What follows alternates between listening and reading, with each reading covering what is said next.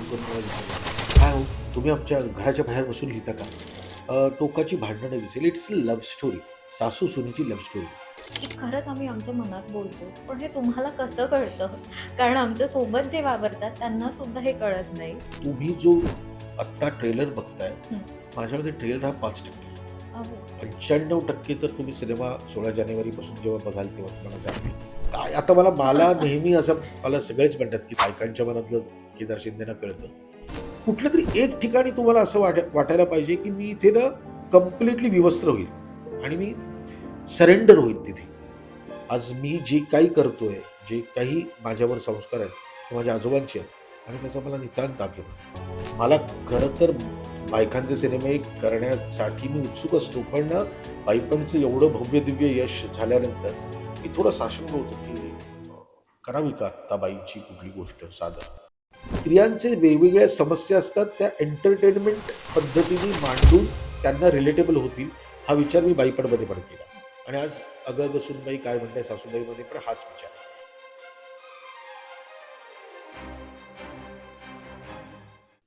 हाय, hello, नमस्कार. मी तुमची लाडकी host Madhuri Wadkar. तुम्हा सगळ्यांचं पडद्यामागचे कलाकार #रील टू रिअल वर्ल्ड ह्या नव्या कोऱ्या सीरीजमध्ये मनापासून स्वागत करते. आजच्या या भागात आज आपल्या स्टुडिओमध्ये एक असं व्यक्तिमत्व आलेलं आहे, ज्यांचे चित्रपट पाहून आपल्या प्रत्येकाच्याच मनात अरेच्चा, आपल्या मनातलं ह्यांना कसं कळतं, असा सही रे सहीचा फील येतो आणि आपल्यातलं बाईपण, भारीपण देवा असं म्हणावंसं वाटतं आणि ते म्हणजेच मनकवडे, लेखक, निर्माते केदार शिंदे सर. तर चला केदार सरांचं स्वागत करूया आणि पडद्यामागच्या गप्पा त्यांच्यासोबत मारूया. नमस्कार केदार सर. सगळ्यात आधी तुमचं आपल्या या नवभारत नवराष्ट्र स्टुडिओमध्ये आणि पडद्यामागचे कलाकार #रील टू रिअल वर्ल्ड ह्या आमच्या नव्या कोऱ्या सीरीजमध्ये स्वागत करते. आणि कसे आहात? हा पहिला प्रश्न असेल. हां, आता जरा बरं अ, बाळंतपण असतं ना, एक हां, हां, सिनेमा हां. म्हणजे जे काही गोष्ट आपण एक विचार केलेली असते, ती आता लोकांसमोर सादर होते. मग लोकं कशी रिएक्ट होणार त्यावर, त्याच्याबद्दलचं प्रेशर असतं. काम किती केलंय त्यापेक्षा प्रत्येक काम हे माझ्यासाठी नवीन असल्यामुळे ती प्रेशर घ्यायची सवय अगदी पहिल्यापासूनच लागलेली आहे. त्यामुळे काय केलंय यापेक्षा आता काय करतोय याच्याबद्दल जरा जास्त साशंक असतो मी. म्हणजे पेपर दिल्यानंतर रिझल्ट येईल तोवर ती भीती जी असते मनात ॲब्सोल्युटली. तशी. कारण क्रिएटिव्ह लोकं आहोत आपण आणि बरोबर, क्रिएटिव्ह लोकांना ती भीती असायलाच पाहिजे, बरोबर. जर आपण जिवंत राहायचं असेल तर. पण एक खरं सांगू, तुमचं हे जे बाळ आहे ना, ते गुटगुटीत आणि छान असणार आहे. कारण ट्रेलर जो आउट झालाय आणि उत्तम असा प्रतिसाद मिळतोय. मी सुद्धा जेव्हा पाहिला तेव्हा मला असं वाटतं, की जेव्हा मी चित्रपटगृहात जाईन, तेव्हा माझ्यातली मी मला तिथे दिसेल आणि ज्या ती सोबत मी वावरते, ती सुद्धा मला दिसेल आणि त्या तिला माझे प्रश्न आणि मला तिचे प्रश्न आम्ही एकमेकी समजू असं मी म्हणेन. कारण खूप वेगळं असं सासू-सुनेचं नातं तुम्ही यावेळेला घेऊन आलात. ही कथा मला समजली, जी मला अशी वाटते. पण मला तुमच्याकडनं ऐकायला आवडेल, की ही गोष्ट काय आहे आणि वेगळी आम्हाला काय सांगते? काय आहे की एक चौकोनी कुटुंब आहे आणि चौकोनी कुटुंबामध्ये काही घटना अशा घडतात, की जिथे विरुद्ध टोकाच्या 2 बायका म्हणजेच सासू-सुना या उभ्या राहिलेल्या असताना त्या एकमेकांच्या पाठीशी खंबीरपणे उभ्या राहतात का? हा जो प्रश्न आहे, त्या प्रश्नाचं उत्तर म्हणजे हा सिनेमा आहे. मी ही कथा माझ्याकडे आल्यानंतर मला त्यातली हीच गोष्ट भावली होती. कारण नातं हे फार महत्त्वाचं आहे माझ्यासाठी. कारण नात्यामधल्या गोष्टी सांगण्यामध्ये जी एक गंमत असते ना, म्हणजे आपण पण ना आपल्या आपल्या जवळच्या लोकांच्या ज्या काही गोष्टी असतात, ते एकमेकांना सांगताना किती किती ते एक्साइटमेंट असते आपल्याला, किती आपण ती गोष्ट सांगतोय त्या, "अरे, बरोबर. काय झालं माहिती आहे का? तिचं हां, हां, हां. असं झालं आणि त्याचं तसं झालं." हे जे आहे ना, याच पद्धतीचा विचार मी हा असे सिनेमे करताना करतो. आणि जनरेशन गॅप असतो. ती काही भांडणं म्हणजे ती काही अशी टोकाची भांडणं फारच अगदीच टक्क्यांमध्ये एखाद टक्का किंवा 2% टोकाची भांडणं असतील. बाकीच्या गोष्टी म्हणजे ना, तो जनरेशन गॅप आहे आणि सासूला जेव्हा सून होती, तेव्हा जे सहन करावं लागलं होतं किंवा तिला जे टोमणे बसले होते. आता ती सासू झाल्यानंतर हलक्या प्रमाणात ती आपल्या सुनेला मारण्याचा प्रयत्न करते. पण सून तर नवीनच आलेली असते ना, तिला हे सगळं नवीनच असतं. सो हा प्रवास गंमतशीर आहे या फिल्ममध्ये. खूप छान आहे. आणि स्टार कास्ट म्हणजे प्रार्थना बेहरे आणि निर्मितीताई सुपर डुपर. म्हणजे जेव्हा आम्ही प्रार्थनाला बघतो तेव्हा आम्ही रिलेट करू शकतो. अरे हां, आपण पण अशाच आहोत आणि मे बी सासवा सुद्धा निर्मितीताईला बघून ते रिलेट करू शकत असतील. सो हे कास्टिंग कसं झालं आणि किती मजेशीर म्हणजे ह्या दोघींचं कास्टिंग होतं? एकतर ही कथा वैशाली नाईक आणि ओंकार मंगेश दत्त या लेखकांनी लिहिली, हं, ज्यांनी बाईपण भारी देवा लिहिला. त्यामुळे मला खरं तर बायकांचे सिनेमे करण्यासाठी मी उत्सुक असतो. पण ना, बाईपणचं एवढं भव्य-दिव्य यश झाल्यानंतर मी थोडा साशंक होतो, की अ, करावी का आता बाईची कुठली गोष्ट सादर? पण ही कथा ऐकल्यानंतर मला त्यात खूप गंमत वाटली आणि म्हटलं, की नाही, आता करूया. तर हा ना एक स्त्रीपणाचा एक वेगळ्या भावभावना दाखवण्याचा चान्स माझ्याकडे आलेला आहे. आणि परत एकत्र कुटुंब पद्धतीमध्ये जरी त्या 2 सासू-सुना असल्या, तरी अख्खं कुटुंबच त्याच्यामुळे होरपळलेलं असतं. त्यांचंच बरोबर. सँडविच झालेलं असतं, की कोणाची बाजू घ्यावी तेच कळत नसतं. अशा पद्धतीचे ते सगळे हं, नवरे हं. असतात. So it is a very family entertainer.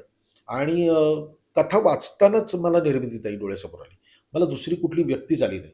जसं बाईपणची कथा मला जेव्हा सांगितली तेव्हा मला ज्या 6 अभिनेत्री डोळ्यासमोर आल्या, त्या सगळ्या 6 अभिनेत्रींनी यात भूमिका केल्या आणि त्या कमालीच्या रिलेटेबल वाटल्या. तशीच निर्मितीताई पण रिलेटेबल वाटेल असं मला वाटलं. प्रार्थनेच्या बाबतीत असं झालं, की ना माझ्याकडे ऑप्शन्स 3-4 होते. पण प्रार्थनाचा ना एक गुण म्हणू शकतो, की ती ना खूप अशी अ, दिलखुलास आहे. एक उत्तम ह्युमन बीइंग आहे आणि तिला शिकण्याची प्रचंड इच्छा आहे. म्हणजे आता कसं आहे, की इतके सिनेमे केल्यानंतर एक हिरोईनवाला एक फील येऊ शकतो. पण तो मला प्रार्थनामध्ये कधीच दिसला नाही. मला डे 1ला जेव्हा ती भेटली होती, तेव्हा मला तिने सांगितलं, की "मला हा सिनेमा करायचा आहे आणि ह्याच्यासाठी मी 1000% देईन. तुम्ही सांगा मला. मला माझ्याकडून करून घ्या." हा जो अप्रोच असतो ना, तर ती कामाला मजा येते आणि त्या दोघींचा अप्रोच तोच होता, की निर्मितीताईंनी कधी मला त्याचं बर्डन दिलं नाही, की ती खूप मोठी अभिनेत्री आहे. आणि प्रार्थनानेही मला काही हिरोईन मी आहे, तर मला जरा तुम्ही त्या पद्धतीने हं, प्रेझेंट हं. करा. असं खरं तर माझ्याकडे चालत पण नाहीच ती गोष्ट. पण काय आहे, की ना आपण जेव्हा एक फिल्म करतो ना, तेव्हा ती एक फॅमिली असते बरोबर. आणि ती फॅमिली आपण निर्माण करतो. आणि आज आनंदाने सांगावसं वाटतंय, की "अगं, अगं सूनबाई काय म्हणताय सासूबाईची फॅमिली तयार झाली." ह्या "अगं सुनबाई" म्हणजे प्रार्थना बेहरेचं हसणं ऐकून आम्हाला सुद्धा म्हणजे हसण्यावरती कंट्रोल होत नाही. तुम्ही किती हसता? अ, आम्ही किती हसतो पेक्षा त्या गोष्टीचा वापर कसा इंटेलिजंटली करता येईल याचाच विचार मी करत होतो. तर तो मी माझ्या फिल्ममध्ये त्याचा इंटेलिजंटली वापर केला आहे. पण त्या दोघीही तुम्ही जो आत्ता ट्रेलर बघताय, हं. माझ्या ट्रेलर हा 5% आहे. अहो. 95% तर तुम्ही सिनेमा 16 जानेवारीपासून जेव्हा बघाल तेव्हा तुम्हाला जाणवेल. कारण ना कमालीचं काम केलं दोघींनी. आणि निर्मितीताई तर ग्रेट आहे, लिजेंड आहे ती. ती तिच्याकडून तिच्याबरोबर काम करण्याचा आनंद काहीतरी वेगळाच आहे.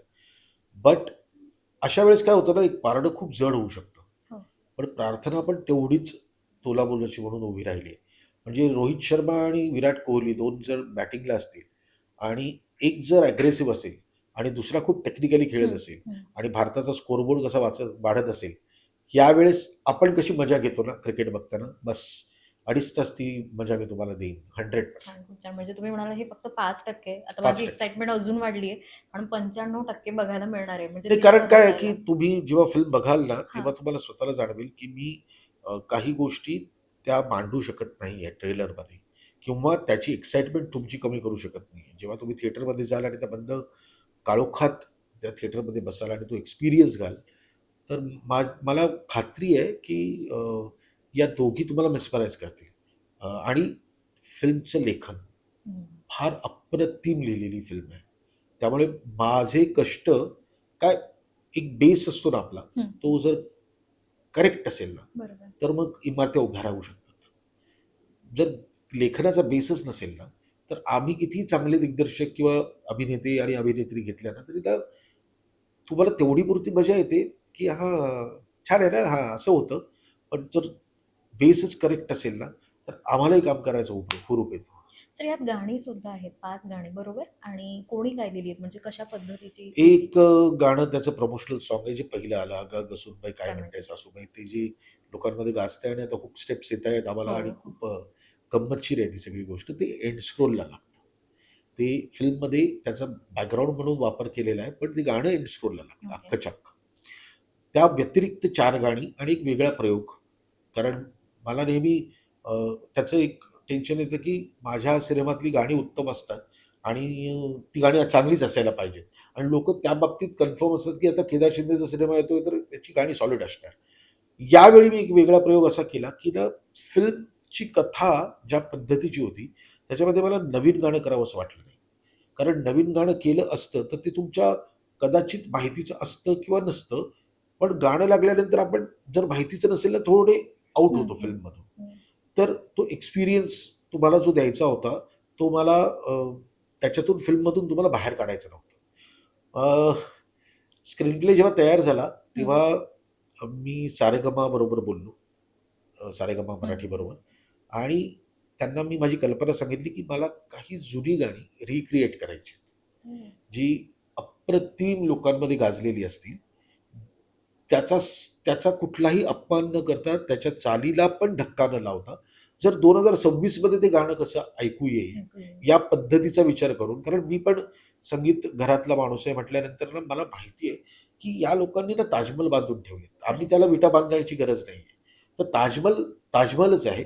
त्याचा एक छान फोटोग्राफ काढून तो किती ग्लॉसी पद्धतीने मी तुमच्यासमोर मांडतो, हाच एक माझ्यातला पॉइंट होता. ते ताजमहल तर आपल्याला कधी बघायला मिळते. YouTubeवर गेलं तर ती जुनी गाणी ऐकायलाच मिळते. पण ही नवीन पिढी जी आहे, या नवीन पिढीला ही जुनी गाणी कशी कळायची? बरोबर. याचा पहिला प्रयोग मी 2004 साली "अगबाई अरेच्चा" नावाच्या सिनेमात केला होता. बाबांचं 1952 सालचं गाणं आहे ते मल्हारवारी. काय सुंदर गाणं तर म्हणजे ते आजही ते कुठेही बसून ऐकलं तरी तर शाहीर साबळ्यांनी ते गायलं, त्यांनी संगीत दिग्दर्शन केलेलं मल्हारवारी. मी अजय अतुलला सांगितलं, की आपण हे गाणं रिक्रिएट करूया आणि 2004 साली आलं. आजही लोकं त्या म्हणतात, की आमच्या प्लेलिस्टमध्ये आमच्या गाणं ते आहे. खरंच आहे. सो याही 4 गाण्यांबाबतीत तुमचं ते होईल. आता पहिलं गाणं आलेलं आहे, हं. जे पूर्वी अरुण दातेंनी गायलं होतं आणि आता कुणाल गांजेवाला यांनी गायलंय. दिवस तुझे हे फुलायचे, झोपाळ्या वाचून झुलायचे. हं. दुसरं गाणं सुधीर फडके साहेबांनी गायलं होतं, की डाव मांडून भांडून मोडू नको. हे गाणं होतं. ते आत्ता वैशाली सावंतनी गायलं. हं. तिसरं गाणं यातलं हे पंडित हृदयनाथ मंगेशकरांचं आहे, जे सुरेश वाडकरांनी गायलं होतं, जे आत्ता सोनू निगम यांनी गायलंय. दया घना का तुटले चिबणे घरटे. हं. आणि चौथं गाणं ही परत पंडित हृदयनाथ मंगेशकरांचं, जे आशाताईंनीच गायलं होतं. गेले द्यायचे राहून तुझे नक्षत्रांचे देणे. ते आता जावेद अलीनी गायलेली आहे. तर ना ही गाणी करताना मी 9,000 गाणी त्यांनी मला लिस्ट हं, दिली. हं, हं. मला त्या सिच्युएशनला करेक्ट गाणं ते निवडताना मला जरा काही काही दिवस गेले. पण ही 4 गाणी मी निवडली आहेत, तर आत्ता फिल्म बघताना मला वाटतं, तुम्हालाही वाटेल ते, की कदाचित ही गाणी त्यासाठीच लिहून ठेवली होती का? इतकं बेमालूमपणे ना त्या गोष्टी तुम्हाला स्वतःला जाणवतील या फिल्ममध्ये. अच्छा, म्हणजे गाण्यातून सुद्धा अजून आम्ही कनेक्ट होणार आहोत, फील होणार आहे आणि आमच्या प्लेलिस्टमध्ये अजून गाणी वाढतील. कारण जसं 100% मल्हारवारी हे गाणं आहे, म्हणजे कुठेही कधीही ऐकलं तरी आपण ज्या झोनमध्ये आहोत तिथून ते वेगळ्या झोनमध्ये घेऊन जातं. ॲब्सोल्युटली. जेव्हा अगबाई अरेच्चा मी सुद्धा पाहिला होता आणि तेव्हा माझ्या मनात, मी म्हणून माझ्या काय अनेकांच्या मनात हा प्रश्न असेल, की खरंच आम्ही आमच्या मनात बोलतो, पण हे तुम्हाला कसं कळतं? कारण आमच्या सोबत जे वावरतात त्यांना सुद्धा हे कळत नाही, पण हे तुम्हाला कसं कळतं? नाही, नाही असं काही नाही. सगळं यश लेखकांचं असतं. काय आता मला नेहमी असं मला सगळेच म्हणतात, की त्या बायकांच्या मनातलं केदार शिंदेना कळतं. घरी बायकोला तसं वाटत नाही. अ, तर तिला तिचं म्हणणं आहे, की बायकांचं कळत असेल, बायकोचं नाही तुला पण कधी आम्ही कळणार. म्हणत असतो, की बायको भाग्यवान असेल, केदार नाही, नाही, नाही. शिंदेसारखे मिस्टर आहेत. नाही, पण मला काय माहिती आहे ना, मी ना एकत्र कुटुंब पद्धतीमध्ये वाढलो. मी शाहीर ओके. साबळेंकडे राहायचो तेव्हा माझी माई म्हणजे आजी, शाहिरांच्या 2 मुली, माझी आई, असा एक मोठा परिवार होता हं, हं. स्त्रियांचा. त्याच्यानंतर मी न्यूक्लिअर फॅमिलीमध्ये वाढायला लागलो. जसा माझ्या बायकोबरोबर माझं लग्न झाल्यानंतर मला एक मुलगी झाली. तर अच्छा. आत्ताही माझ्या घरामध्ये 2 बायका आहेत. हं, हं. अ, पहिल्या दिवसापासून एक आदर, प्रेम, कौतुक आणि एक विश्वास, की अ, जो विश्वास मी दाखवण्याची गरज नाही, त्यांनी मला माझ्यावर दाखवण्याची गरज असते. असा विश्वास या स्त्रियांविषयी मला नेहमीच वाटत आलाय आणि नेहमीच स्त्रिया या फक्त उपभोगाचं साधन नाही होऊ शकत. मला त्यांच्याबद्दल प्रचंड काहीतरी वाटतं. कारण आपण नमस्कार करतो तो देवीसमोरच करतो. माझी तुळजाभवानी माझी कुलदेवता आहे. कुलदेवता. सो मी नेहमी हा विचार करतो, की आपण ज्या पद्धतीने देवीला नमस्कार करतो, तर मग या स्त्रियांना काही लोक कमी का लिखत असतील किंवा नाही, स्त्रियांचं हे काम नाही. उलट मला नेहमी वाटतं की स्त्रियांचं जे काम आहे ते आमचं काम नाही. कारण मी पण कुठल्या तरी एका स्त्रीच्या पोटीच जन्माला आलो ना, माझ्या आईच्याच पोटी जन्माला आलो. तर तिने ते कष्ट घेतले नसते तर मी जन्माला आलो नसतो. मग मला काय अधिकार उरला की दुसऱ्या स्त्रीबद्दल बोलायचं की तिला हे झेपणार नाही. स्त्रियांचे वेगवेगळ्या समस्या असतात, त्या एंटरटेनमेंट पद्धतीने मांडून त्यांना रिलेटेबल होतील हा विचार मी बाईपणमध्ये पण केला. आणि आज अगं अगं सूनबाई काय म्हणताय सासूबाईमध्ये पण हाच विचार आहे. सो मला मला त्याचं कौतुक वाटतं की माझ्याकडून ते काम होतंय आणि स्वामी माझ्याकडून ती गोष्ट करून घेते. तेच म्हणणार होती. आम्हाला असं वाटतं, की काहीतरी एक दैवी चमत्कार आहे, की जो आमच्या मनातले असे अनेक म्हणजे प्रश्न नाही म्हणणार, पण छोट्या-छोट्या भावना सुद्धा असतात, जे इमोशन्स असतात, जे तुम्हाला कळतात आणि ते परफेक्टली तुम्ही या स्क्रीन ते प्लेवरती आत्ता मांडताय. आत्ता मला असं वाटतं की तुम्ही जेव्हा हा सिनेमा बघाल हं, हं. तेव्हा ते जास्ती अजून डीप गोष्टी ओह! कळतील. खूप छान. मला तुमच्या आता या उत्तरातून थोडंसं बालपण कळालं. पण बॉर्न एंड बॉटम मुंबईचे की कुठले तुम्हीचे? मुंबई मुंबई प्रॉपर मुंबई. मी कुठला एरिया? मी शाहीर साबळेंचा पहिला नातू, हो. मुलीचा मुलगा त्यांच्या. त्यामुळे माझी आई आजही काळ्या चौकीला अभिनयनगरमध्ये राहते.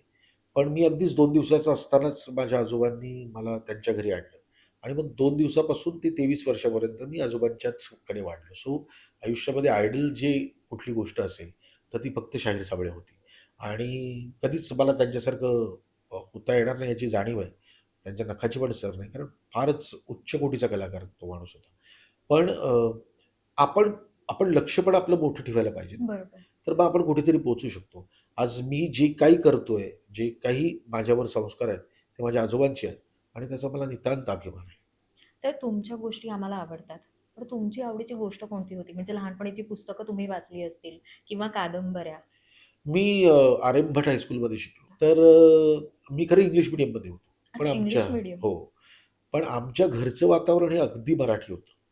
कारण बाबा अ, आणि आमच्या शाळेत पण अगदी ना इंग्लिश पण मराठीसारखंच शिकवायचे. हां. की टीचर वगैरे बाकीच्या वेळेस खूप मराठीमध्ये बोलायची. तेवढ्या तासाला फक्त इंग्लिशमध्ये आम्हाला इंग्लिश. समजवायचे. पण बाकी सगळं तुझं झालंय का? तू जरा लक्ष दे वगैरे हां, हां, असंच असायचं. हां. सो ते एक कामगार विश्वातून आलो. माझ्या वडील स्वतः मिल कामगार होते. आता ते रिटायर्ड झालेत. आता घरी शांतपणे बसलेले असतात. माझी आई हाऊसवाईफ. त्यामुळे ना घरचं खूप सर्वसामान्य वातावरण असलं तरी शाहिरांचा पहिला नातू म्हणून बाबांचं अतिशय प्रेम माझ्यावर होतं. त्यामुळे ते संस्कार ते अगदी लहानपणापासूनच अशा पद्धतीचे झाले, की करायचंय कलेच्या क्षेत्रात काहीतरी, हं. पण ते कलेच्या क्षेत्रात करताना आपली डिग्निटी अजिबात सोडायची नाही. बाबांनी मला खूप गोष्ट महत्त्वाची सांगितली, जी मी ना पदोपदी लक्षात ठेवतो. बाबांनी मला सांगितलं होतं, की कधीही लक्षात ठेव तुझी कुठलीही कलाकृती एकत्र कुटुंब पद्धतीची असायला पाहिजे. म्हणजे कुटुंबात 7 वर्षाचा असेल आणि 70 वर्षाचा आजोबा असेल, त्यांनी एकत्र बसून ती गोष्ट बघायला पाहिजे आणि त्यांची मान कधीच खाली जाता कामा नये तू काहीतरी सादर करताना. त्यामुळे कमरेखाली तर जायचंच नाही आणि या सगळ्या गोष्टी पाळायच्या. आणि दुसरं बाबांचं नेहमी असं म्हणणं असायचं मला, की "मोठा हो, खूप मोठा हो, पण पाय जमिनीवर नाही, जमिनीच्या आत ठेव आणि डोकं जमिनीवर ठेव." सो ना, हे छोट्या-छोट्या गोष्टी ज्या घरी बाबांकडून आल्या. वाचन खूप होतं मराठी पुस्तकांचं. आजही माझ्या घरामध्ये तुम्ही जर आलात तर जवळ-जवळ एक 400-500 पुस्तकं असतील. आता मी सगळीच वाचलेली नाहीयेत, पण मला बऱ्यापैकी त्यातली पुस्तकं मी वाचलेली आहेत. वाचून झालं. मला हं. पर्सनली पुलंचं साहित्य, जयवंत दळवींचं साहित्य, विश्वास पाटलांचं साहित्य, द. मिरासदारांचं साहित्य, शंकर पाटलांचं साहित्य हे भयंकर आवडतं. आजही माझ्या गाडीमध्ये पुलंचं व्यक्ती आणि वल्ली असतं.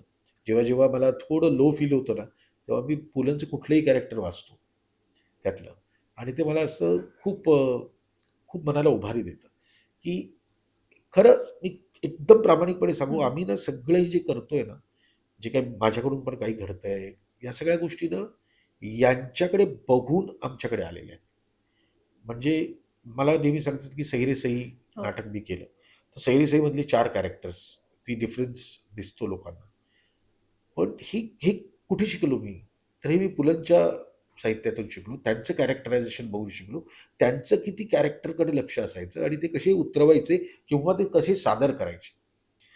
छोट्या-छोट्या गोष्टी असतात ना, त्या कुठेतरी आपण मार्क करून आपला म्हणजे त्यांच्या संचितावरनं आमचा उदरनिर्वाह सुरू आहे. आम्ही काहीतरी फार अद्वितीय आणि ग्रेट करण्याच्या भानगडीत पडत नाही आहोत किंवा जे होतंय आणि लोकांना जर ते ग्रेट वाटत असेल, तर आम्हाला त्याची जाणीव असायला पाहिजे. ते हे कुठे शिकलो? हे त्यांच्याकडून शिकलो. म्हणजे हा त्या सगळ्यांचा प्रभाव आहे, ज्यांनी आज तुमच्यातल्या ह्या सगळ्या छटा 100%. आम्हाला एकतर दिसतायत. मला असं वाटतं रामायण आणि महाभारत या 2 ग्रंथांचा प्रभाव आपल्या सगळ्या कलाकृतींवर असतो.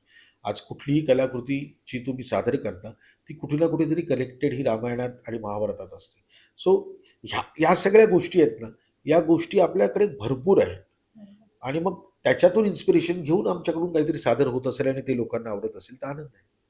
सर, "अगं बाई अरेच्चा" ते "अगं अगं सुनबाई काय म्हणता सासूबाई" माझ्या मते 19वा हा चित्रपट आहे 19वा. तुमचा. हो. तर आज जेव्हा तुम्ही मागे वळून बघताय, तेव्हा प्रत्येकाच्या आयुष्यात काही दिवस आलेले असतात, जे संघर्षाचे असतात, काही आनंदाचे सुद्धा असतात. पण काही दिवस असतात, जे आपण कधीच विसरत नाही. तर मागे वळून बघताना कुठले असे जे दिवस आहेत, ते जे तुम्हाला शिकवून गेलेत काही?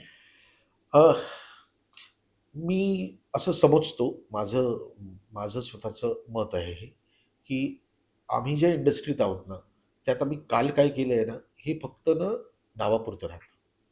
प्रेक्षक नेहमी हा कुतूहलाचा त्यांचा विषय असो, की आज काय करतोय? आत्ता काय करतोय सादर? कारण त्यांच्या मनामध्ये आम्ही आमच्या कलाकृतींनी एक आदर व्यक्त म्हणजे त्यांच्याकडे असतो, आदर हं, हं. होतो त्यांना, आदर वाटतो त्यांना. सैरेसई असेल, गंगाधर टिपरे असेल, हसाच्या कटकू हसायचं असेल, कधी. मग श्रीमंत दामोदर पंत असेल. खूप नाटकं, खूप सीरियल्स, खूप फिल्म्स सगळ्या झाल्या.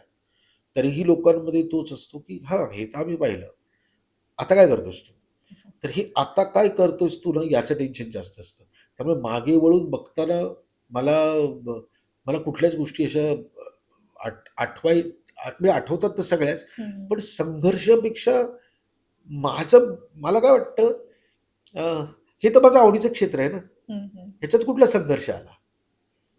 म्हणजे ज्याच्यात मला 9 to 5 जॉब तर करायचा नाहीये. बरोबर. मला मन मारून तर काही जगायचं नाहीये. मला माझ्या आवडीच्या क्षेत्रात राहायचं आहे. त्याच्यातून मला पैसा, प्रसिद्धी आणि म्हणजे नाव पण मिळणार आहे. मला आवडीचं काम करायला मिळतंय. मग याच्यामध्ये संघर्ष कुठलाच नसतो. हां, संघर्ष हा असतो, की आपली कलाकृती कशी सादर होईल चांगली, यासाठी जे कष्ट घेतले जातात त्याला संघर्ष म्हणू शकतो मी. पण मी जे काही आत्तापर्यंत आयुष्यामध्ये केलंय त्याला मी संघर्ष नाही म्हणत आहे. ते माझं क्रिएटिव्ह वर्क होतं आणि ते मी खूप एन्जॉय केलं. पण रियालिटी चेक प्रत्येकाला लाईफमध्ये कुठे ना कुठे मिळतो. तुम्हाला असा कधी रियालिटी चेक करियर लाईफमध्ये मिळाला का? की खूप वेळा मिळाला. अ, आम मी नेहमी माझ्या डोक्यामध्ये एक ठेवतो, की माझं जे लाईफ आहे ना, हं, हं. It is like ECG. हं. म्हणजे एक कलाकृती फार वर गेलेली असते. कदाचित थोडी खाली येऊ शकते दुसरी. तिसरी त्याच्यापेक्षा थोडी वर जाऊ शकते. चौथी एकदम खाली येऊ शकते. मग परत थोडी वर जाऊ शकते. असं करत आता मी 93 पासून व्यावसायिक नाटक 93ला, मी लोकधारा त्याच्या अगोदर 85 पासून करतोय. पण 93 पासून आत्तापर्यंत मी हे काम करतोय. तर हे जे ई-सी-जी आहे ना माझ्या आयुष्यातला, हे जिवंतपणाचं लक्षण आहे माझं. सो हे जोपर्यंत आहे ना, हं, तोपर्यंत हं. मी जिवंत आहे. कारण ना जेव्हा तुम्ही खूप यश मिळवता ना, हां. तर त्याचा आनंद असतोच.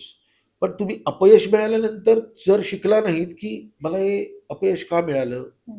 आणि याच्यातून मी कशी सुधारणा करून घेईन. कारण अनसर्टन लाईफ आहे. ग्लॅमर दिसतं, हो. इतक्या सीरियल्स केल्या, इतक्या फिल्म्स केल्या, इतकी नाटकं केली, सगळ्या गोष्टी आहेत. पण व्यवसाय हाच आहे माझा. त्यामुळे आज माझ्याकडे काम आहे. परत 3 महिने काम नसणार आहे. परत 6 महिने इतकं जोरात काम असणार आहे. परत एखाद वर्ष काम नसणार आहे. हा हा जो एक माइंडसेट आहे कलाकाराचा ना, हा माझ्याकडे अगदी मी माझ्या आजोबांकडे बघून हे सगळं बघितलंय मी आजोबांचं, की त्यांचं अख्खं जीवन बघताना मला असं वाटलं, की हे होणार आहे आणि हे जर होणार आहे आणि मी या क्षेत्रात आलेलो आहे, तर हे मी मान्य करायला पाहिजे. सो तुम्ही म्हणता, की जेव्हा ते लो फील होतं, हं, हं. तेव्हा तर खरी उभारी घेण्याची गरज असते. पण सर कसं करता टॅकल माझी स्वामी, ही बस. कहाणी? स्वामी समर्थांना मी मानतो आणि बस त्यांच्याकडे नतमस्तक, अ, अ, सेवा त्यांची जेवढं जमेल तेवढं. मी श्रद्धाळू आहे, मी अंधश्रद्धाळू नाही. आणि स्वामीही माझ्या आयुष्यामध्ये स्वामींनी मला भरभरून दिलं. पण अपयश आलं तेव्हा पण मी स्वामींना विसरलो नाही आणि यश आलं तेव्हा पण मी स्वामींना विसरलो नाही. त्यामुळे this is part and parcel of life. But त्यांच्याकडे एक 10 मिनिटं आयुष्यातली हं, काढणं हं. माझ्यासाठी फार महत्त्वाचं असतं. आणि मी थोडा जास्त स्पिरिच्युअल पण आहे. बरोबर. म्हणजे मी रोज स्वामींचा अध्याय वाचतो. अ, मी वर्षातून एकदा पारायण. गुरु लीलामृताचं पारायण करतो. मी स्वामींच्या मठात जातो. या सगळ्या गोष्टी करतोच मी. पण त्याबरोबरीने मी काम पण करतो खूप. तर ते स्वामी ते बघत असतात, की "बाळा तू येतोयस माझ्याकडे पण काम पण कर. तू काम किती भक्तिभावाने करतोस ते पण मला बघायचंय." बस हे बॅलन्स करून जगतोय. स्वामी भक्त म्हटल्यावरती खरंच स्वामी भक्तांना वेगवेगळे अनुभव येत असतात. मी सुद्धा स्वामी भक्त आहे आणि ना अनेकदा आपल्याला असं वाटतं, की स्वामी आपल्याशी बोलतायत आणि आपल्या प्रश्नांची उत्तरं देतायत. मी रडतो खूप वेळा. हां, मी खूप वेळा रडतो आणि मला त्याची काहीच लाज वाटत नाही. असं बरोबर. म्हणतात पुरुषांनी रडायचं वगैरे नसतं. मला नाही वाटत तसं. कारण काय आहे, की एकमेव स्थान आहे, जिथे ना मी मोकळा होऊ शकतो आणि खरं बोलू शकतो. कारण असंख्य गोष्टी असतात, ज्या माझ्या बायकोला पण माहिती नसतात, माझ्या मुलीला पण माहिती नसतात, माझ्या मित्रांना पण माहिती नसतात. कुठेतरी आपण वेंट आउट होण्याची गरज आहे. कुठेतरी त्यांना कोणाशी तरी बोलण्याची हं. गरज आहे आणि हे प्रत्येकाने करण्याची गरज आहे. मला अ, कदाचित खूप वेळा जेव्हा लो फील होतं, तेव्हा आता ते माहीत नाही, की डिप्रेशन आहे का काय आहे? अँक्झायटी, डिप्रेशन आपण म्हणतो. काहीही असू शकेल. बरोबर. पण मला त्या गोष्टी जाणवू नाही दिल्यात स्वामींनी. त्यामुळे मी आजही कित्येक वेळा म्हणजे या फिल्मच्या अख्ख्या प्रोसेसमध्ये पण ना, जेव्हा आपण कष्ट करतो आणि हं, आपल्याला हं. दिसत असतं, की आता काय होईल? बरोबर. कसं होईल? कारण मी सिनेमा केला, अरे लोकं येतील, हं, असं हं. कुठलाच पार्ट नसतो. कारण प्रत्येक कलाकृती आपलं नशीब घेऊन येते. या मताचा मी आहे. पण ते नशीब घेऊन येते म्हणून सगळं नशिबावर सोडून उपयोगाचं नाही. उपयोगाचं मी नाही. त्याच्यासाठी 100 नाही 1000% देण्याचा प्रयत्न करतो शेवटपर्यंत. पण शेवटी तुम्ही प्रेक्षक आहात. तुम्हाला ती कलाकृती आवडली तर तुम्ही गर्दी करणार आहात. तर ती गर्दी व्हावी यासाठी मी नतमस्तक होतो स्वामींना, की मी माझं काम केलेलं आहे. स्वामी आता फक्त तुम्ही प्रेक्षकांच्या मनामध्ये सांगा जाऊन, की "बाबा रे, हा सिनेमा किंवा हे नाटक किंवा ही सीरियल बघायला पाहिजे." बस इतकं सोपं आहे. सो तुमच्या उत्तरातून 2 प्रश्न मला अजून पडलेत. एक म्हणजे पुरुषांचं तुम्ही म्हणालात, की पुरुषांनी सुद्धा रडलं पाहिजे, जे सोसायटीने टाकलंय. आय थिंक तुमचे सगळे आमच्यावरती आमच्या मनातले प्रश्न मांडताना जे चित्रपट असतील, तेव्हा पुरुषांच्या मनात सुद्धा असतील आमच्यावरती सुद्धा एखादा असा हो, चित्रपट काढावा. खूप वेळा येतं आणि अ, कथा तशी मिळाली तर नक्की करेन. Very good. पण अ, मी ना असं ठरवून नाही करत आहे बायकांचा सिनेमा. हं, आता हं. तो माझ्याकडे जर चालून येत असेल आणि अशी गोष्ट मला जर मिळत असेल आणि मलाही सादर करावीशी वाटत असेल, हं, तर मी ती सादर करणार ना. उद्या मला पुरुषांची गोष्ट कुठलीतरी आवडली, तर ती मी पुरुषांची गोष्ट पण सादर करेन. सादर केला. तर बरोबर. काही मी असं फक्त आहे हं, हं. बायकांचे सिनेमे. खरं तर मी ना अगं अरेच्या जत्रा नावाचा हो. अगदी दिलखुलास बकुळा रामदेव घोटाळे यांचा काही नेम नाही, असे सिनेमे केले, यांना कर्तव्य केला. हे सिनेमे करताना मी हा कधीच विचार केला नव्हता. पण सगळ्या माझ्या फिल्म्समध्ये ना स्त्रीचं जे महत्त्व होतं, फिल्म नाही सीरियलमध्ये पण. हो. गंगाधर टिपरेमध्ये पण तुम्हाला श्यामल आणि शलाका शलाका. या खूप महत्त्वाच्या दिसतील. तर हे अ, स्त्रियांना त्यांचं क्रेडिट करेक्ट मिळायला पाहिजे आणि स्त्रियांचं वर्चस्व हे कुठेही कमी होता कामा नये. हा विचार माझा कलाकृती सादर करताना असतो. भले मी मेल ओरिएंटेड करत असेल, पण त्यातली स्त्री फार महत्त्वाची असते, असं मला नेहमी वाटतं. आय थिंक म्हणूनच आम्हा संपूर्ण महाराष्ट्राच्या सगळ्या महिलांचे तुम्ही लाडके आणि मनकवडे आहात. कारण आम्हाला हवं ते स्थान आणि तो सन्मान तुम्ही ह्या चित्रपटांमधून दाखवता आणि देता. Thank you. अजून एक तुम्ही म्हणालात, की तुम्ही स्पिरिच्युअल कनेक्टेड आहात. आज आपण सध्याच्या या जनरेशनमध्ये बघितलं, तर अनेक जण डिप्रेशन, अँक्झायटी, लो फील करतायत आणि इव्हन ह्या इंडस्ट्रीमध्ये मी म्हणेन ग्लॅमरच्या इंडस्ट्रीमध्ये सुसाईड सुद्धा होतायत. कुठेतरी त्यांना जर काही संदेश द्यायचा असेल किंवा त्यांनी कसं मी कंट्रोल मी करावं? अगदीच संदेश देण्याइतपत मी मोठा थोडंसं जिवंत काहीही नाही. सांगाल त्यांना? मी हो, माझ्यावरून सांगू शकतो, की असं खूप वेळा आपल्या मनामध्ये असंख्य विचार येतात हो. आणि येतात प्रत्येक माणूस आहोत आपण. बरोबर. आत्ता मी इथे बसलोय तरी माझ्या मनामध्ये 100 विचार आत्ता सुरू आहेत. तर त्यामुळे ते बाजूला सारून हं, असं नाही हं. होऊ शकत. आपलं लाईफ असं नाही होऊ शकत, बरोबर. पुढे जाऊ शकत नाही. सो मी जेव्हा ते प्रश्न माझ्या डोळ्यासमोर येतात ना, तेव्हा माझा एक मार्ग मी निवडलेला आहे. मग तो स्वामी भक्तीचा असेल, नामस्मरणाचा असेल, तो माझा मार्ग आहे. पण याचं कंपल्शन मी तुमच्यावर नाही करू शकत, की मी स्वामींचा भक्त आहे म्हणून तुम्ही पण स्वामींचे भक्त नाही, व्हा. बरोबर. नाही. बरेचसे माझे मित्र असे आहेत, की ते वेगवेगळ्या म्हणजे कोणी बाप्पाला मानतात. तर बाप्पाला मी हो, इकडं म्हणतात. मानतो, मी सिद्धिविनायकमध्ये पण जातो. माझ्या घरी पण बाप्पा येतात. तर या सगळ्या गोष्टी होतच असतात. प्रत्येकाला फ्रीडम तो असायला पाहिजे. माझं सांगणं एवढंच आहे ना, तुम्ही कुठली तरी एक शक्ती निवडा आणि त्याच्याशी कनेक्टेड आणि राहा. त्याच्याशी कनेक्ट होण्याचा प्रयत्न करा. ती कुठलीही असू शकते. कदाचित तुमची आई पण असू शकेल, बरोबर. तुमचे बाबा पण असू शकतील, तुमचा भाऊ पण असू शकेल, कुठला परमेश्वर पण असू शकेल. तर कुठलं तरी एक ठिकाणी तुम्हाला असं वाटायला पाहिजे, की मी इथे ना कंप्लीटली विवस्त्र होईल. मला जे वाटतंय ते मी सगळं बोलीन आणि मी सरेंडर होईन तिथे. पण हे कुठला मार्ग निवडायचा हा प्रत्येकाच्या माणसाचा इंडिव्हिज्युअल निर्णय असू शकतो. निर्णय असू शकतो. पण कनेक्टेड होणं मी म्हणेन खूप महत्वाचं 100%. आहे. कारण आजकाल ना काय झालंय, मला थोडंसं वाटायला लागलंय ना, की आपला संवाद कमी झालाय. आज मी माझ्या घरामध्ये पण बघतो आणि ते बट नॅचरल आहे. माझ्या घरामध्ये मी जेव्हा-जेव्हा बघतो तेव्हा मी फोनवर काहीतरी करत असतो, तर बायको तिथे फोनवर कोणाला तरी फोनवर बोलत असते, तर मुलगी कोणाला तरी मेसेज पाठवत असते. म्हणजे थोडक्यात मला कधी-कधी वाटतं, की इतक्या जवळ बसून आम्ही एकमेकांना मेसेज हं. पाठवू की काय? या लेव्हलला पण होतं बघ. त्याच्यामध्ये थोडंसं फरक मी केलाय माझ्या घरामध्ये, ओके. जो तुम्हाला आवडेल. मी कितीही वाजता असेल, हं. तर सकाळी एक अर्धा तास अ, बायको आणि मुलीशी पूर्ण बोलून मग मी माझ्या कामाला निघतो. मग जर 9 वाजता मी जायचं असेल, हं. तर मी सकाळी लवकर उठणारा माणूस आहे. त्यामुळे मी सकाळी सगळं आवरून, देवपूजा वगैरे करून मग अर्धा तास त्यांच्याशी बोलतो आणि विविध विषयांवर बोलतो. आणि मग मी माझ्या कामाला लागतो. आणि रात्री आल्यानंतरही जेवताना असेल किंवा जेवणाच्या अगोदर असेल, मी त्यांच्याशी अर्धा पाऊण तास बोलतो. सो संवाद आमच्यातला कमी झाला. खूप छान. म्हणजे आजही झाली आहे ती गोष्ट. मी काल रात्री 3 वाजता आलो आणि आज सकाळी मी 7:30ला मला जाग आली. तोपर्यंत माझ्या घरामधले सगळे दोघी जरी त्यांचं आवरून तयार होत्या. मी जागा झाल्यानंतर 7:15 पर्यंत त्यांच्याशी गप्पा मारत होतो, की काल काय झालं? किती वाजता आलो? काय झालं? या सगळ्या गोष्टी अपडेट देत होतो. तुम्ही काय केलत काल? हे सगळं विचारून घेत होतो. 8:15ला मी माझं आवरायला सुरुवात केली. सगळं झालं, पूजा वगैरे झाली आणि मी तुमच्यापर्यंत पोहोचलो. आत्ताही आज आज तर 2 शोज आहेत माझ्या फिल्मचे. त्यामुळे बरीचशी बोलणी होतील, लोकं भेटतीलच मग. पण हा संवाद तुम्हाला कसाही करून करावा लागेल. दुसरं हं. अ, आम्ही अ, हिरानंदानीमध्ये मी राहतो. मी ज्या बिल्डिंगमध्ये राहतो तिथे 8व्या मजल्यावर माझं 1 बेडरूम हॉल किचनचं घर होतं आणि तेव्हा माझी सना लहान होती. शाळेमध्ये जात होती. मग आम्ही 2010 साली त्याच बिल्डिंगमध्ये ते घर विकलं आणि 9व्या मजल्यावर गेलो आणि 2 बेडरूमचा फ्लॅट घेतला. त्यावेळेस तिला तिची स्पेस मिळायला पाहिजे. 7वी-8वीत असेल ती, पण तिला तिची स्पेस मिळायला पाहिजे. त्यावेळेस ना मी कन्फर्मली बघितलं, की हॉलमध्ये टीव्ही नसायला पाहिजे. छोटी गोष्ट आहे ही. कारण हॉलमध्ये टीव्ही असेल ना, तर माणूस ना लगेच टीव्ही लावून माझ्या हं. बेडरूममध्ये पण टीव्ही होता आणि तिच्या बेडरूममध्ये पण टीव्ही होता पण मुलीच्या. हॉलमध्ये नव्हता. हॉलमध्ये नव्हता आणि आम्ही जेवायला किंवा गप्पा मारायला हॉलमध्ये बसायचो. ती फार कमी वेळ तिच्या बेडरूममध्ये गप्पा मारत बसल्या असेल किंवा ती माझ्या बेडरूममध्ये गप्पा मारायला येत असेल माझी मुलगी.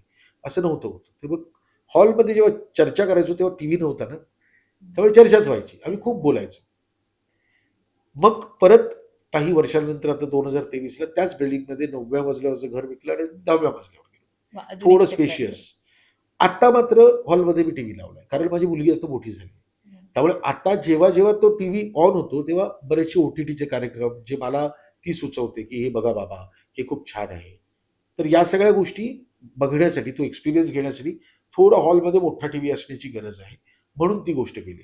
पण मधल्या कालखंडामध्ये जेव्हा ती शाळेत होती, ते कॉलेजमध्ये जाईपर्यंत तो जो एक 10-12 वर्षांचा काळ होता, त्या 10-12 वर्षांच्या काळामध्ये हा संवाद आमचा कमी झाला. खूप छान. मी थँक यू म्हणेन तुम्ही ह्या गोष्टी शेअर केल्याबद्दल. कारण अनेकदा आता कसं झालंय, माणसं पुस्तकांपेक्षा माणसांकडून जास्ती शिकतायत.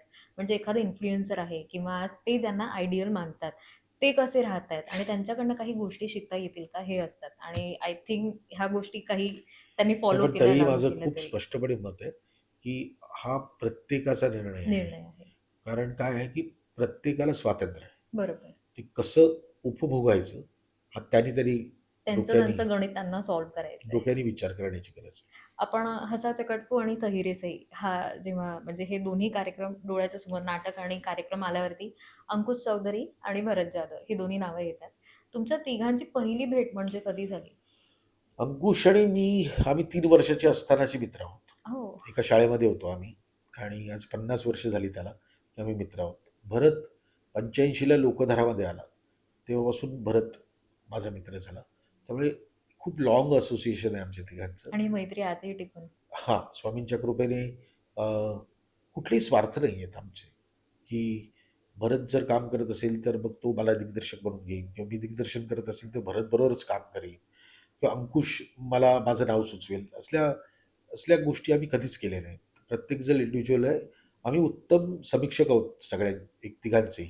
म्हणजे मला जर नाही आवडलं तर मी बोलतो. त्याला जर नाही आवडलं तो आता अंकुशचा एक सिनेमा येतोय 30 तारखेला. त्यावेळेस त्याला जे वाटत होतं, तर कालच मला त्यांनी त्याचं प्रमोशनल सॉन्गचं गाणं मला पाठवलं. तुला कसं वाटतंय ऐकायला? सो आमच्या ज्या गोष्टी माझं स्क्रिप्ट अख्खच्या अख्खं मी त्याच्या घरी जाऊन वाचलंय अंकुशच्या. अख्खं स्क्रिप्ट वाचलं बसून, अंकुश आणि दीपाला बसवून, की तुम्हाला काय वाटतं याच्यामध्ये? सो हे जे क्रिएटिव्ह गोष्ट करायची आहे, त्यावेळेस या लोकांचा, या दोघांचा मला कंप्लीटली सपोर्ट असतो. आणि आमची मैत्री टिकण्याचं कारण फक्त एवढंच वाटतं, की आमच्यात स्वार्थ नाही. एखादा कट्टा आहे का तुमच्या तिघांचा फेव्हरेट? म्हणजे नाही. जेव्हा आता आपण तर म्हणतो राहिला नाही. हां. त्यावेळेस होता.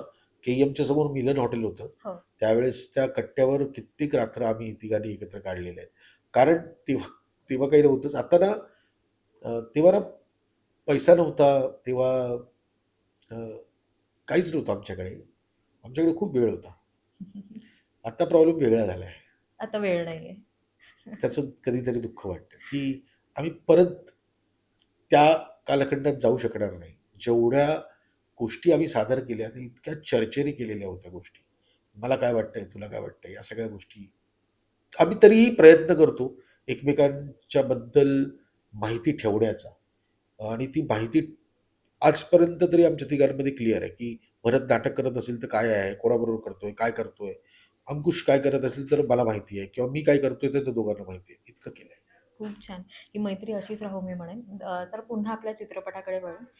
चित्रपटाकडे एखादं सीन हा सिनेमातला, की जो तुम्हाला वाटतं, "अरे, हा आपल्या घरी सुद्धा घडलाय."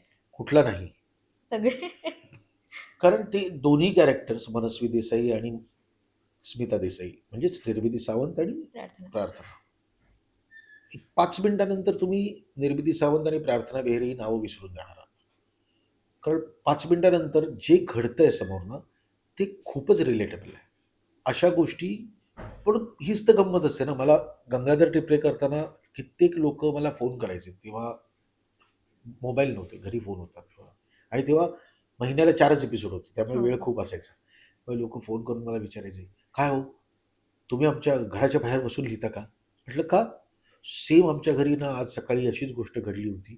मी मी यांना सांगितलं हा शर्ट घाला. त्यांना तो शर्ट घालायचा होता दुसरा जो हँगरला लावलेला त्याचं बटन तुटलं होतं. मग घाईघाईत मी त्या बटन त्याला म्हटलं, "अहो, सेम गोष्ट माझ्या घरी पण होते." बरेच वेळा माझी बायको गंगाधर टिपरेचा एपिसोड बघताना अर्धा वेळ माझ्याकडे बघायची. कारण बरेचसे सिक्वेन्स असायचे ना, जे आमच्या दोघांच्या नवरा-बायकोमध्ये घडतात ना, ते मी स्क्रीन प्लेमध्ये लिहायचो. तर ती मला म्हणायची, "तू काय सगळंच सांगणार आहेस आपलं?" म्हटलं, "असं नाहीये. आपल्यातलं जे आहे ना, तेच घराघरामध्ये आहे. पण ते रिलेटेबल होतं ना, ती गोष्ट तुम्हाला खरी वाटायला लागते, की अरे, हे जे आहे, हे या 2 सासवा-सुनांमध्ये तुम्हाला दिसेल. टोकाची भांडणं दिसेल. It's a love story. सासू-सुनेची लव्ह स्टोरी. म्हणजे टोकाची भांडणं असतील, मतभेद असतील, भांडणं अगदी फिजिकली एकमेकांना हातापाय करण्याची वेळ येईपर्यंत मग हळू-हळू त्यांची मैत्री होणं, मग त्यांचं प्रेम होणं एकमेकांबरोबर आणि एक कोड रिलेशन कसं ठेवावं. बरोबर. कारण अ, आमची फिल्म काही शिकवण्याच्या भानगडीत पडत नाही. हं. पण जबाबदारी अशी आहे ना, की तुम्ही जेव्हा ती फिल्म बघाल, त्यातल्या 2 गोष्टी जरी तुम्ही आत्मसात करू शकलात ना, कारण भांड्याला भांडं लागतं म्हणजे काय? 2 भांडी आहेत ना, ती बरोबर. लागतात. एक भांडं चालत येऊन दुसऱ्या भांड्याला लागत नाही ना. बरोबर. तर दोन्ही ते एकत्र. दोन्ही एकत्र समोरासमोर येतात तेव्हा भांड्याला भांडं लागतं. तर ते ते कसं टॅकल करायचं किंवा घरातल्या पुरुषांनी अशा वेळेस काय करायला पाहिजे? त्यात सगळ्या टिप्स जे काय आहेत, या फिल्ममध्ये तुम्हाला बघायला मिळतील. त्यामुळे खूपच रिलेटेबल होईल. माझ्या घरातली गोष्ट नाही सहज होते. म्हणजे बरोबर. आता तुम्ही ट्रेलरमध्ये बघितलात तर अ, आमच्या घरी पण तो महोत्सव आला होता, की आमची स्टीलची भांडी सगळी गेली आणि मग ती क्रॉकरी सेट. प्लास्टिकची हा फुल क्रॉकरी हां, सेट तो तो सगळ्यांचा आला झाला. म्हणजे तो हां. एअरटाईट ते असतो ना तो. एअरटाईटवाले. तो आला. त्याच्यानंतर ते गेलं. मध्येच मी बघितलं एकदा फ्रीज उघडून तर काचेच्या बाटल्याच दिसल्या मला. म्हटलं, "हे काय?" "काचेच्या बाटल्यातून पाणी प्यायचं असतं." म्हटलं, "बरं." तर हे इतकं सिंपल आहे. ते बेमालूमपणे आपण कसं सादर करतो आणि त्यामुळेच ते ना घरचं वातावरण वाटतं. हे माझा सिनेमा बघताना मी हाच विचार नेहमी करतो, की लोकांना नेहमीच दुसऱ्याच्या घरात डोकावायला आवडतं. तर या आणि ह्यांच्या घरात डोकवा, देसाईंच्या. आणि तुम्हाला कळेल, की देसाईंच्या घरामध्ये काय चाललंय. मी म्हणेन की हा चित्रपट सुपर डुपर हिट जाईल. स्वामींची कृपा. पण त्यासोबतच अजून विचारेन की जो आता आम्हाला सुद्धा की अपकमिंग काही प्रोजेक्ट काहीच अजून नाहीये लाईनअप माझ्याकडे आहेत काम. का? ॲब्सोल्युटली आणि मी खूप खरं बोलतो. मला अजिबात खोटं बोलायला आवडत नाहीये. कारण ना, ती सगळं फिल्मीपणा आमच्याकडे नाहीये, कारण मी खूप सर्वसामान्य घरातून आलेला माणूस आहे. त्यामुळे मी ह्याच्यानंतर हे करतोय, मी हं, त्याच्यानंतर हं. मला खरंच माझ्याकडे काम नाहीये. 30 जानेवारीपर्यंत मी ह्या सिनेमाला पूर्ण वेळ दिलेला आहे माझा. कारण नुसताच सिनेमा करून उपयोगाचं नसतं. तो सिनेमा लोकांपर्यंत पोहोचवणं पण फार महत्त्वाचं असतं. माझं भाग्य आहे, की प्रार्थना आणि निर्मितीताई या दोघीही तेवढ्याच खांद्याला खांदा लावून त्या दोघी माझ्या पाठीशी आत्ता उभ्या आहेत आणि आम्ही प्रमोशन तिघंही पायाला भिंगरी लावून करण्याचा प्रयत्न करतोय, की लोकांपर्यंत ती फिल्म पोहोचावी. आता फिल्म आल्यानंतरही प्रत्येक थिएटरमध्ये जाण्याचा आमचा प्रयत्न असणार आहे, की लोकांना काय वाटतं ही फिल्म बघून. तर या सगळ्या गोष्टी होईपर्यंत 30 जानेवारी उजाडेल. पिक्चर स्वामींच्या कृपेने अजून बंपर गेला तर कदाचित 15 फेब्रुवारीपर्यंत पण हे चित्र तुम्हाला दिसेल. पण मी खरंच सांगतो, माझ्याकडे आत्ता यापुढे एकही काम नाही. मी काहीच ठरवलेलं नाहीये. मी काय करणार पण मला माहिती नाहीये. अ, छान फिल्म गेली तर एक 2 दिवस शांत झोप येईल. एवढं मात्र खरं. खूप छान. सर स्वामी तुम्ही नेहमी म्हणता. तुमच्या प्रत्येक वाक्यामध्ये मला स्वामी दिसतायत आणि जर का आमचं एक सेगमेंट आहे कॉल सेगमेंट, ज्याच्यामध्ये मी हा कॉल लावते स्वामींना आणि जर आज स्वामींशी तुम्हाला काही बोलायचं असेल. नमस्कार स्वामी.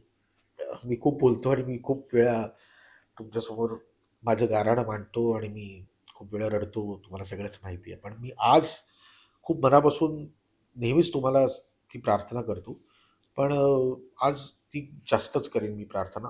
अशासाठी कारण संधी मिळाली आहे. मी एकच प्रार्थना करीन, की प्रत्येक जण नुसताच आमचा रसिक प्रेक्षक नाही, पण या आयुष्यात माझ्या आयुष्यात किंवा इतरांच्या आयुष्यात आलेली जितकी लोकं आहेत, त्यांना सुखात ठेवा, समाधानी ठेवा. त्यांच्यावर तुमचं प्रेम तसंच असू द्या. त्यांचं रक्षण करा. अ, कारण तुम्ही नेहमी धावून येता कुठल्याही अडचणीच्या वेळेस. फक्त स्वार्थीपणे मला माझ्याच घरी फक्त या आणि मलाच फक्त तुम्ही सपोर्ट करा किंवा माझं रक्षण करा सांगणार नाही. पण माझं आत्ताही बोलणं ऐकणारा जो कोणी माणूस असेल, त्याला सुखात ठेवा, समाधानी ठेवा, त्याचं रक्षण करा आणि त्याच्या आयुष्यामध्ये जे त्यांना हवं आहे ना, ते त्यांना कष्टाने मिळेल यासाठी नक्की आशीर्वाद द्या. Thank you. Thank sir. Thank तुम्ही इथे आलात आणि थँक आपल्या यू. सुंदर छान अशा थोड्या वेळात पण खूप छान अशा गप्पा झाल्या आणि खूप छान वाटलं तुम्हाला भेटून आणि एकच म्हणून जाता स्वामी भक्त आहात. तारक मंत्र लक्षात ठेवा आणि हा चित्रपट नक्कीच सुपर डुपर हिट होईल आणि नंतर आपण भेटूया पुन्हा पार्टीवाली, सेलिब्रेशनवाली एक मुलाखत करण्यासाठी. 2 दिवस आरामात शांत झोपून घ्या आणि मग भेटूया. नक्की. जाता आपल्या रसिक प्रेक्षकांना काय सांगाल? आजपर्यंत तुम्ही माझ्यावर नितांत प्रेम केलेलं आहे. मला कौतुक नेहमी एकाच गोष्टीचं वाटलं, की ना मी ना काही अभिनेता नाहीये. बरेचसे दिग्दर्शक आहेत, जे स्वतः अभिनेते आहेत. त्यामुळे त्यांना ओळखणं सोपं आहे. कारण ते अभिनेते आहेत. मी कधी पडद्यावर आलेलो नाही. मी नेहमीच पडद्याच्या मागे राहण्याचा प्रयत्न केला. मुलाखतीमधून, कुठल्यातरी इव्हेंटच्या ठिकाणी मला बघितलेलं असेल. पण आजपर्यंत मी जेव्हा महाराष्ट्रामध्ये कुठेही परदेशामध्ये पण गेलोय. जेव्हा फिरतो, तेव्हा सगळेच्या सगळे अगदी जथ्याने माझ्याकडे येऊन केदार शिंदे बोलत नाहीत. पण एक 100 लोकं असतील तर किमान 20 लोकं मला बरोबर ओळखतात आणि तो विश्वास त्यांच्या डोळ्यातनं माझ्या कृतींवरचा दिसतो, की त्यांनी कलाकृती माझी बघितली आहे आणि शोधून काढलंय केदार शिंदे दिसतोय कसा. तर ती गोष्ट तुम्ही सगळ्यांनी खूप मनापासून केलेली आहे. बस असंच प्रेम ठेवा. मी तुमचं मनोरंजन करण्याचं नेहमीच प्रयत्न केला आणि हा प्रयत्न सदोदित सुरू राहील. 16 जानेवारीला पिक्चर येतोय अगं अगं सुनबाई काय म्हणताय सासूबाई. नक्की बघा आणि मला कळवा अजून मला काय चांगलं करता येईल ते. Thank sir. तुम्ही इथे आलात त्यासाठी पुन्हा एकदा धन्यवाद. थँक मंडळी आजचा हा भाग तुम्हाला कसा वाटला? केदार सरांसोबतच्या ह्या गप्पा तुम्हाला कशा वाटल्या? हे आम्हाला कमेंट्स करून नक्की कळवा. अशाच नवनवीन भागांसोबत आणि मुलाखतींसोबत पुन्हा भेटत राहूया. तोपर्यंत नवराष्ट्र या आपल्या YouTube चॅनलला लाईक, सबस्क्राईब आणि शेअर करायला विसरू नका. धन्यवाद.